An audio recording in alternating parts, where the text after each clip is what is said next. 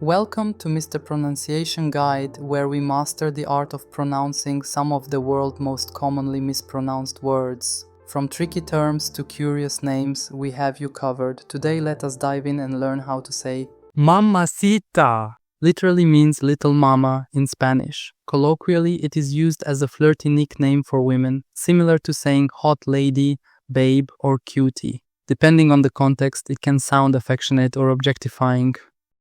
Mamacita. Mamacita. Mamacita. Mamacita. Mamacita. Mamacita. Mamacita. Check out more videos on pronouncing tricky words and names with confidence. Avoid common mispronunciations with tips from this video. If you found it helpful, I would love your support. Thanks for watching and I will see you soon.